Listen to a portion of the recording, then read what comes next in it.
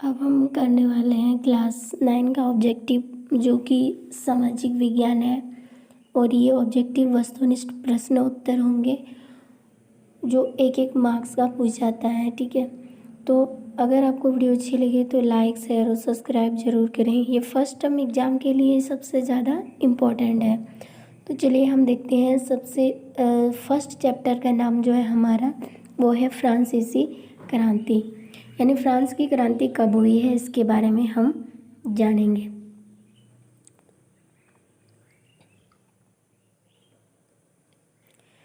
France की क्रांति जो शुरू हुई थी ये सुबह सुबह पेरिस के शहर में हुआ था। ठीक है, जो फ्रांस का एक शहर का नाम है। वहाँ पे मतलब क्या था, एक अफवाह चल रहा था। ठीक है, कि ये बात होने वाला है कि राजा ने क्या किया है, अपने सैनिकों को आदेश दिया है कि यहाँ पर घुस के हम सबको मारेंगे। इसी वजह से फ्रांस की क्रांति जो है ये शुरू हुआ था। अब इसका हम देखते हैं कि आखिर क्या हुआ था, इस ऑब्जेक्टिव में हम देखेंगे। ओके, तो सबसे पहले यहाँ पे क्वेश्चन जो देखिए, फर्स्ट क्वेश्चन है कि फ्रांस की क्रांति जो है ये कब शुरू हुई थी। तो फ्रांस की क्रांति जो है ये आपका शुरू हुआ था 1789 को शुरू हुआ था। ओके, ये क्रांति कब को शुरू हुआ था, 1789 को। मतलब हमारा क्वेश्चन जो है ये डी सही होगा। नेक्स्ट हमारा क्वेश्चन है कि फ्रांस की क्रांति किसके शासनकाल में हुआ था। तो फ्रांस की क्रांति जो है ये लुई 16 के समय में हुआ था। ये लुई 16 जो ऑप्शन नंबर डी है इसके शासनकाल पर चलाया गया था। एंड नेक्स्ट क्वेश्चन है हमारा कि फ्रांस की क्रांति के समय वहाँ की शासन व्यवस्था कैसी थी। ठीक है, तो वहाँ की शासन व्यवस्था जो है उस टाइम, यानी फ्रांस की क्रांति जब हो रहा था तो वहाँ की जो है वो समानती थी। ओके, कैसी थी, समानती। ठीक, एंड नेक्स्ट क्वेश्चन है 4 नंबर का कि यहाँ पे जो दिया है कि लुई 16वां कब फ्रांस की राजगद्दी पर आसीन हुआ। यानी लुई 16वां जो है इसको फ्रांस की गद्दी पर कब बैठाया गया, यानी कब इसको बनाया गया। तो ये ऑप्शन यानी डी होगा 1774 ईस्वी को। ओके, एंड नेक्स्ट क्वेश्चन हमारा है कि टाइड, ये टाइड कौन सा कर था। तो टाइड जो है ये एक तरह से धार्मिक वाला कर था, यानी धर्म के आधार पर टैक्स देना पड़ता था। ओके, एंड नेक्स्ट क्वेश्चन है 6 का कि फ्रांस की जनसंख्या 1715 ईस्वी में कितनी थी। ठीक है, और ए पर है यहाँ पर 2.8 करोड़, बी पर है 3.5 करोड़ और सी पर है 8.2 करोड़ और डी पर है 2.3 करोड़। तो फ्रांस की जनसंख्या 1715 ईस्वी में 2.3 करोड़ था। एंड नेक्स्ट क्वेश्चन है हमारा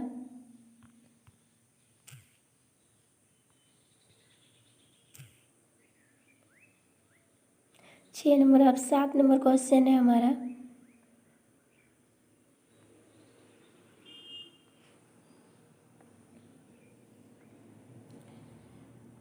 जैसे कि आपको यहाँ पर दिखाई दे रहे हैं कि फ्रांस की क्रांति के समय 1789 यानी ईस्वी इसी टाइम ना हुआ था कि वहाँ की जनसंख्या कितनी थी। तो 1789 में वहाँ की जनसंख्या जो थी वो 2.8 करोड़ था, 2.8 करोड़ था।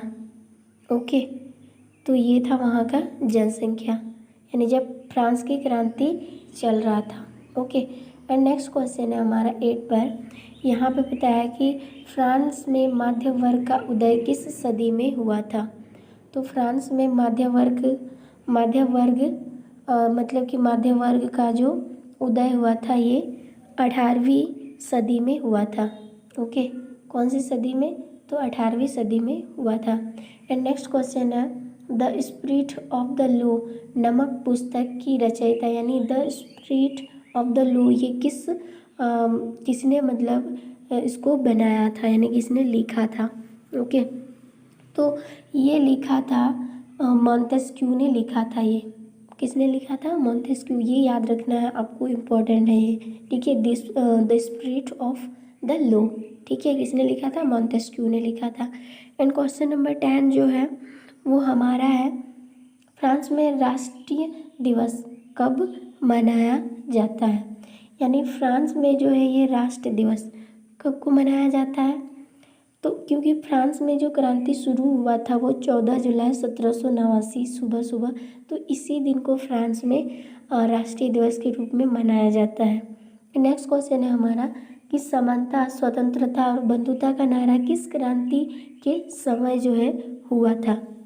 ओके, तो ये जो नारा था ये किस क्रांति के समय हुआ था, ये हमें बताना है। तो जैसे यहाँ पे रूसी क्रांति दिया, औद्योगिक क्रांति, फ्रांसीसी क्रांति, हरित क्रांति। तो हम पढ़ रहे हैं फ्रांसीसी क्रांति का चैप्टर, तो ऑब्वियसली यही में हुआ था कि फ्रांसीसी क्रांति के समय, यानी उसी का ही राष्ट्रीय नारा है समानता और बंधुत्व का नारा, ठीक है। ओके, तो अब हम देखेंगे क्वेश्चन नंबर 12 क्या बोल रहा है कि मैं ही राजा हूँ और मेरे शब्द ही कानून है। यह कथन किस शासन का था? ओके,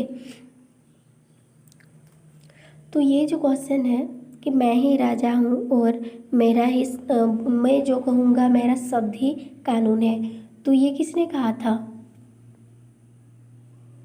लुई 16 ने कहा था। ऑप्शन नंबर सी सही होगा। एंड नेक्स्ट है हमारा, लुई 16 की पत्नी कहाँ की राजकुमारी थी? तो लुई 16 की पत्नी जो थी मैरी एंटोइन, ये ऑस्ट्रेलिया की राजकुमारी थी।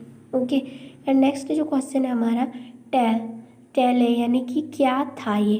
ठीक है, एक प्रकार का भूमि कर था, कृषि कर, शिक्षा कर या सैनिक कर था, इनमें से कौन सा जो है? तो ये टेले जो कर था एक तरह से क्या था? भूमि कर था। ओके, नेक्स्ट क्वेश्चन है द सोशल कॉन्ट्रैक्ट नमक पुस्तक की रचयिता, यानी ये किसने किया था? तो हमने पहले देखा था 9 नंबर में the spirit of the law, ये मॉन्टेस्क्यू ने लिखा था। लेकिन द सोशल कॉन्ट्रैक्ट नमक पुस्तक की रचयिता जो थे ये लिखा था रूसो, मॉन्टेस्क्यू, वोल्टेयर या कोई नहीं, तो ये लिखा था रूसो, ठीक है, रूसो ने ये लिखा था। अब नेक्स्ट है लेटर्स ऑन इंग्लिश के रचयिता कौन थे? यानी लेटर्स ऑन इंग्लिश के रचयिता कौन थे? तो इंग्लिश के मतलब किसके जो रचयिता थे ये वोल्टेयर थे। ओके, फिर 17 नंबर क्वेश्चन में है कि कानून की आत्मा की रचयिता किसने करा था? तो आंसर होगा इसमें कि मॉन्टेस्क्यू ने ही किया था। एंड नेक्स्ट क्वेश्चन है माप तोल की दशमलव प्रणाली किस देश का देन है? ओके, तो आप देखेंगे ये जो माप तोल का दशमलव प्रणाली है ये फ्रांस का ही देन था। ओके, नेक्स्ट है नेपोलियन का जन्म कब हुआ था?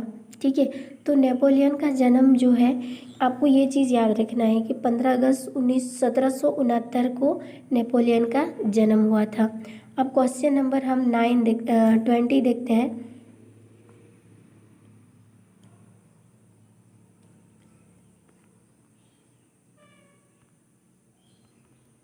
क्वेश्चन नंबर 20 क्या बोल रहा है? क्वेश्चन नंबर 20 बोल रहा है कि नेपोलियन बोनापार्ट के पिता, यानी नेपोलियन बोनापार्ट के पिता का नाम क्या था? ठीक है, तो आप देखेंगे जैसे यहाँ पे आइलू बोनापार्ट या कॉर्ल बोनापार्ट या रेस्क्यू बोनापार्ट या रूसो बोनापार्ट, तो नेपोलियन बोनापार्ट के पिताजी का जो नाम था वो कॉर्ल बोनापार्ट था। ठीक है, बोनापार्ट। अब आगे हम देखेंगे कि इसमें और क्या क्या आ रहा है। ओके, तो आपको अगर वीडियो अच्छी लगे तो लाइक, शेयर और सब्सक्राइब जरूर करें।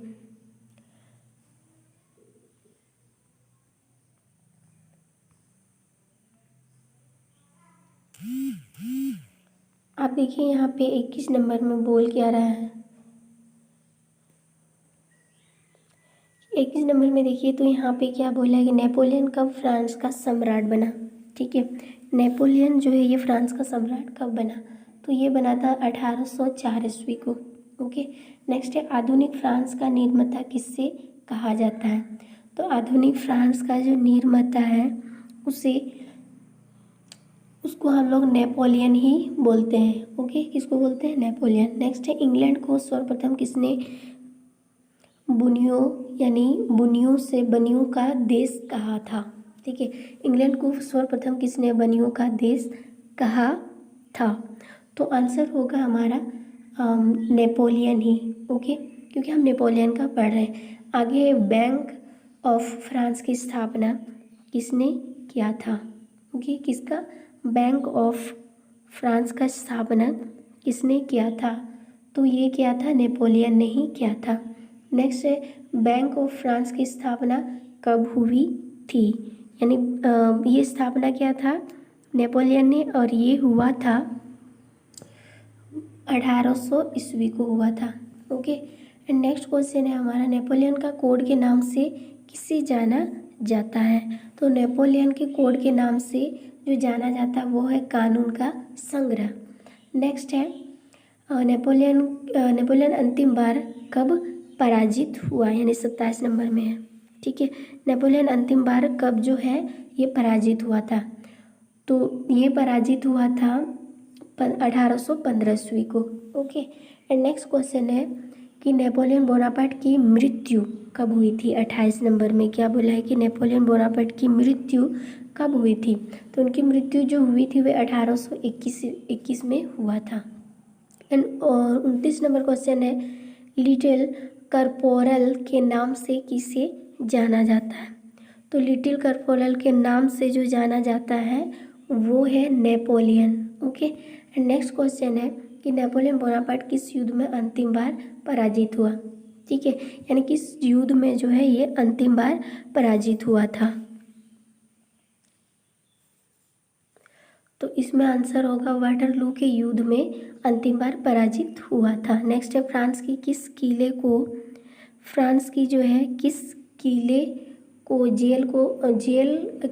की जेल को प्रदर्शनकारियों ने तोड़ा था? तो ये था बास्तिल का किले जहाँ पे 7 कैदी को रखा गया था। ओके, नेक्स्ट है 18वीं सदी में फ्रांस पर किस राजवंश का शासन जो है वो चल रहा था? ठीक है, 18वीं सदी में। तो 18वीं सदी में जो है किसका शासन चल रहा था? तो आंसर जो है वो हमारा होगा किसका चल रहा था शासन? जार का। ओके, किसका चल रहा था? जार का शासन चल रहा था। सॉरी, जार का नहीं, यहाँ पे बुर्बो वंश का शासन चल रहा था क्योंकि उस टाइम जो राजा था वो लुई 16 था और ये बुर्बो वंश का ही राजा था। ओके, और इनका जो शादी है ये 20 साल में ही हो चुका था। नेक्स्ट है लुई 16 की शादी किसके साथ हुई थी? तो लुई 16 की शादी जो है ये एंथोइनेट से हुआ था, राजकुमारी जो ऑस्ट्रेलिया की रानी थी। अब नेक्स्ट है हमारा क्वेश्चन कि 29 नंबर में यहाँ पे जो है लिब्रे यानी 34 नंबर का हमारा जो क्वेश्चन है लिब्रे क्या थी? तो लिब्रे ना फ्रांस का एक क्या था? मुद्रा था। ओके, और नेक्स्ट है फ्रांस में प्राचीन राजतंत्र का शासन कब तक माना गया था? यानी फ्रांस में जो प्राचीन राजतंत्र का जो शासन था ये कब तक माना गया था? तो आंसर जो होगा ये 1789 तक ही माना गया था। एंड नेक्स्ट क्वेश्चन है हमारा फ्रांस के क्रांति के समय तक फ्रांस में कितनी आबादी किसान थे? जब क्रांति हो रहा था तो उस टाइम फ्रांस में जो है किसान कितनी आबादी में रह रही थी?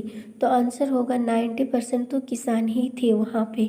ठीक है, एंड नेक्स्ट है 37 नंबर कि फ्रांस समाज कितने स्टेट में बांटा हुआ था? तो फ्रांस समाज जो है ये 3 स्टेट में बांटा हुआ था। कौन कौन सा? पहला जो स्टेट था ये था, इसमें पादरी लोग थे। ठीक है, पादरी। और सेकेंड जो था इसमें थे कुलीन लोग। ठीक है, जो राजा के रिश्तेदार होते हैं। और थर्ड में इसमें किसान आएंगे।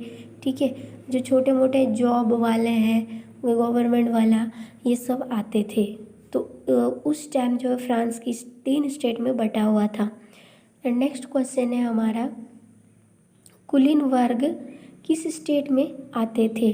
तो कुलीन वर्ग जो है ये कहाँ पर, अभी अभी हमने देखा कुलीन जो है ये 2 स्थान पर आ रहे थे, यानी कुलीन वर्ग जो है ये द्वितीय स्थान पर आते थे। अब नेक्स्ट हमारा यानी 39 नंबर का क्वेश्चन जो है वो क्या कहता है।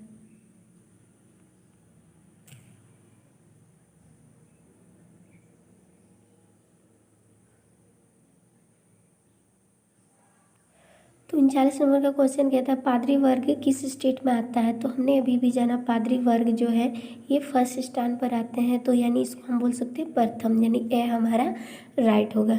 एंड आगे वाला क्वेश्चन हम देखते हैं कि आगे क्या बोला है। ठीक है,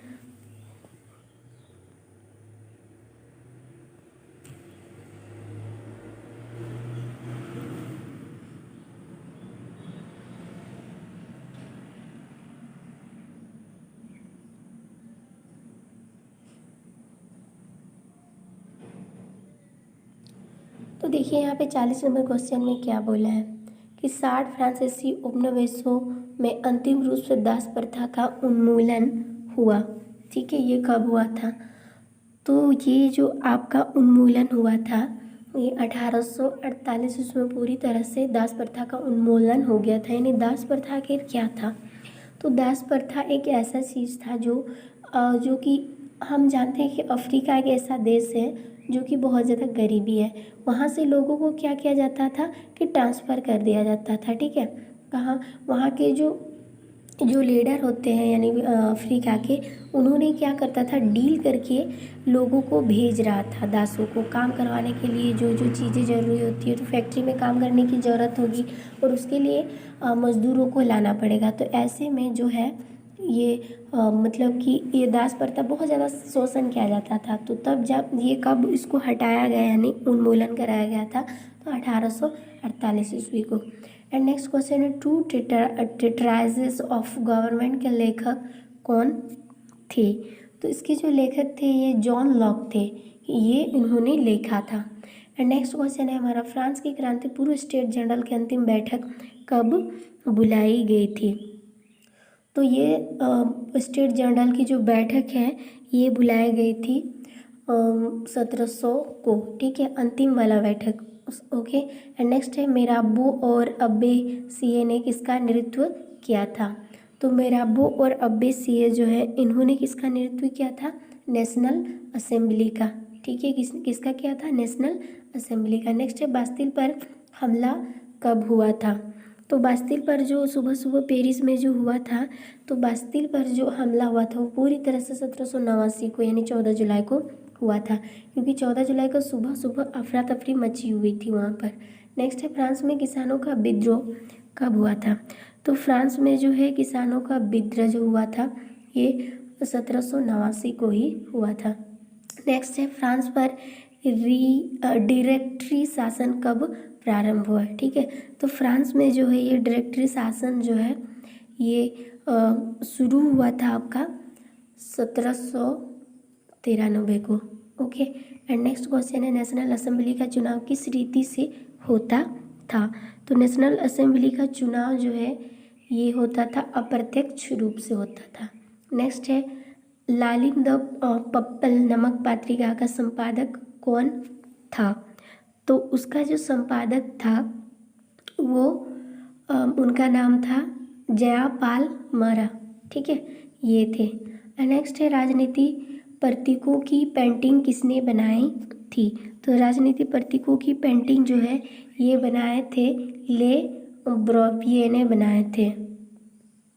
ठीक है, नेक्स्ट क्वेश्चन है रिजेक्ट द लाइट ने किस चर्चित गीत की रचना की थी। ठीक है, तो इन्होंने रचना की थी मार्सेल की, और फ्रांस की जो राष्ट्रीय गीत है वो मार्शल ही है। ठीक है, मार्शल ही है। ओके, नेक्स्ट है फ्रांस का राष्ट्रगान क्या कहलाता है। तो फ्रांस का जो राष्ट्रगान है वो है मार्शल ही कहा जाता है। ओके, नेक्स्ट है फ्रांस के भूतपूर्व कवेंट ऑफ सेंट जैकब के नाम से किसका मतलब नाम किसको बोला जाता था। ओके, किससे कहा जाता था। तो आंसर जो होगा वो हमारा होगा कि जैकोबिन क्लब को बोला जाता था। ठीक है, सी नंबर ऑप्शन हमारा सही होगा, जैकोबिन क्लब को बोला जाता था। अब नेक्स्ट हमारा क्वेश्चन है 53 पर।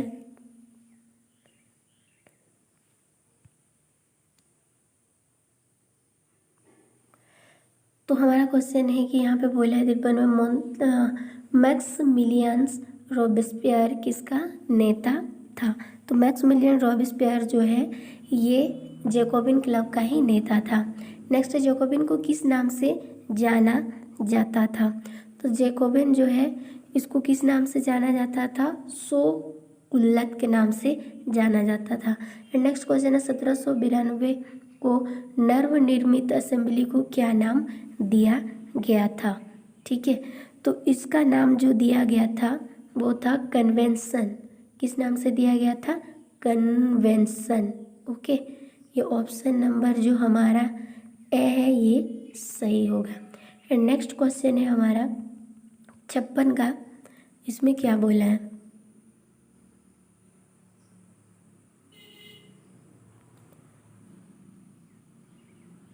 छप्पन में बोला है प्लेस डी लॉ कॉनकॉर्ड ने लुई 16वां को कब फांसी पर चढ़ा दिया गया। यानी इसको अब जब तक ये इसको फांसी पे नहीं चढ़ाते तब तक ये शोषण चलते रहता। यानी गरीबों से लूटपाट करना, उससे कर्ज मांगना, ये सब चलते रहता। तो उनको जब फांसी दिया गया था कब को, तो इसको जब फांसी दिया गया था तो ये उस टाइम जो चल रहा था वो 21 जनवरी, ठीक है, 21 जनवरी 1793 को इनको क्या किया था, फांसी किया गया था। यानी ए नंबर ऑप्शन हमारा सही होगा, जो क्या है 21 जनवरी, ठीक है, 21 जन 1793 को इनको फांसी पर चढ़ाया गया था। ठीक है, अब नेक्स्ट क्वेश्चन हमारा सन 1793 से 94 के काल को क्या कहा जाता है। तो इसका जो काल है उस टाइम के काल को आतंक का युग कहा जाता था, क्योंकि उस टाइम किसी को भी गलती करता था उसको मार दिया जाता था। तो एक तरह से ये आतंक का ही युग था। अब आखिरी और 2 क्वेश्चन बचा है उससे हम कर लेंगे। तो हमारा जो है एग्जाम की दृष्टि से हमने पूरा कर लिया है। अब देखिए लास्ट वाला क्वेश्चन क्या बोल रहा है कि फ्रांस के सबसे प्रसिद्ध महिला क्रांतिकारी कौन थे जिसे फांसी पर लटका दिया गया। अब समझिए महिला क्यों क्रांति कर रहे थे, तो उनको भी पूरी तरह से छूट नहीं दी जाती थी कि वो भी वोट दे सके, किसी को अपने प्रतिनिधि चुन सके। तो इसी वजह से महिलाएं ने भी क्या किया, खुद के लिए क्रांति कार्य की। तो इसमें सबसे ज़्यादा जो क्रांतिकारी मतलब जिनको फांसी तक दे गई थी, तो उनका जो नाम था वो ओलंपदे गुंज था। ठीक है, किसको, ओलंपदे गुंज को महिला के रूप में उसको फांसी पर चढ़ाया गया था। नेक्स्ट क्वेश्चन है हमारा आखिरी वाला, वह है दासों की मुक्ति का कानून कब पारित हुआ था, जिससे दासों को छोड़ दिया जाए, जहाँ पे उनको ले जाके खटवाता था। तो ये जो मतलब कि हटा था ये कानून, तो ये हटा था आपका 1794 ईस्वी को। ठीक है, कब को, 1794 को हटा था ये दासों को यानी मुक्त कर दिया, उसको वहाँ से भेज दिया गया। तो आई होप आपको समझ में आ गया होगा कि अगर वीडियो अच्छी लगे तो लाइक करें, शेयर और सब्सक्राइब जरूर करें और ज़्यादा से ज़्यादा दोस्तों को शेयर करें।